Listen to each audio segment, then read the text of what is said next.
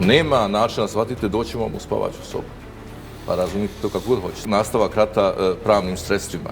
Taj i takav Haški tribunal, koji je jasno svima, ne moramo ponavljati, je to politička priča, je faktički kopiran u sud BiH i on jeste mali Haški tribunal, gdje se pokušava kroz presude napisati istorija. Još jedna pobjeda. Dakle, još jednom se ispostavilo da su i one proceduralne greške napravljene i da, u stvari, ročište nije održano. Tamo sam stigao u zgradu Haškog tribunala. Svi računari tima odbrane su bili blokirani zbog nekakvog virusa. Ako svjedoči naš neki svjedok da njihov svjedok tužilaštva nije mogao da vidi određeni događaj sa određene pozicije, oni bi sutradan otišli helikopterom na lice mjesta da to provjere. A Rafael Lemkin, koji je otac nauke o genocidu i genocida kao pojma i obrazlaganje, 1944. u svojoj knjizi jasno pisao o genocidu nad Srbima u NDH. Logoraš i Silosa Vinko Lale je rekao, ako iko zna, znamo mi bivši logoraši šta je sloboda. A u borbi mnogi su pretekli, a mnogi i nisu. I tad je kazao da je tu u krugu tih suda BiH u dvorištu možda ima, postoje informacije, neekshumirani Srbi, bivši logoraši. I tu se dolazi i sudi se tu predsjedniku Republike Srpske i gospodinu Lukiću. Mi sad izlazimo na međunarodnu javnost. Ovaj skup koji je bio 2. decembra, gdje su bili više desetina eksperata prava iz raznih oblasti, će naravno preko svojih kontakata u svijetu da obavijeste i da ih uvedu u savjetodavni tim predsjednika Dodika i gospodina Lukića. U samom početku, znači kada su oni počeli ovu proceduru, oni su u nju ugradili seme sopstvenog poraza.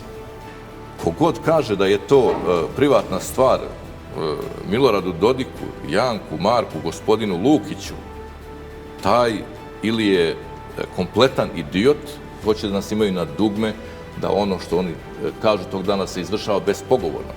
Granica postoji.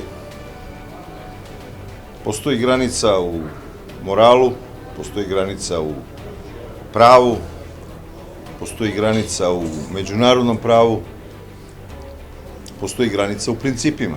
Dakle, dolaze neki ljudi koji su marginalci u sopstvenoj zemlji i ponašaju se kao da su sve i svja. Schwarzschilling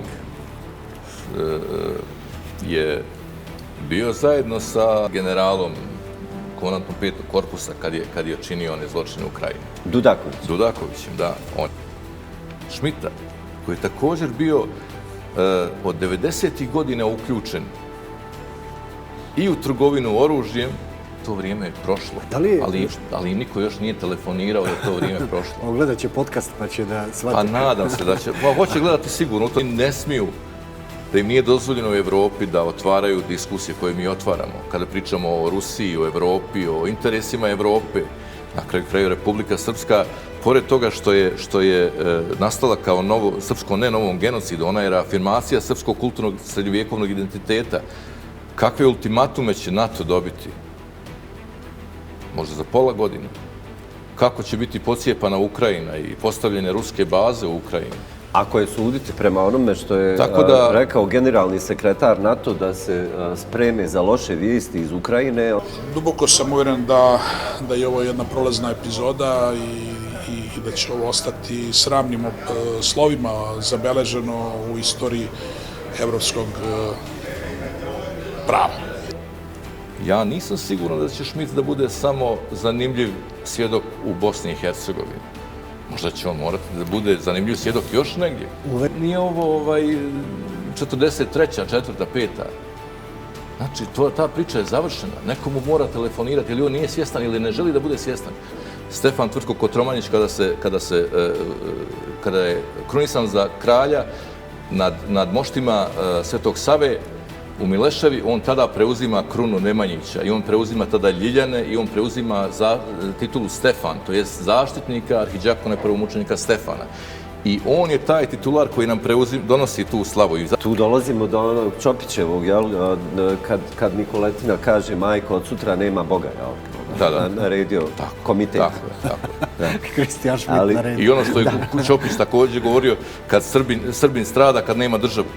Republika Srpska nema izbora. Republika Srpska mora da pobjedi.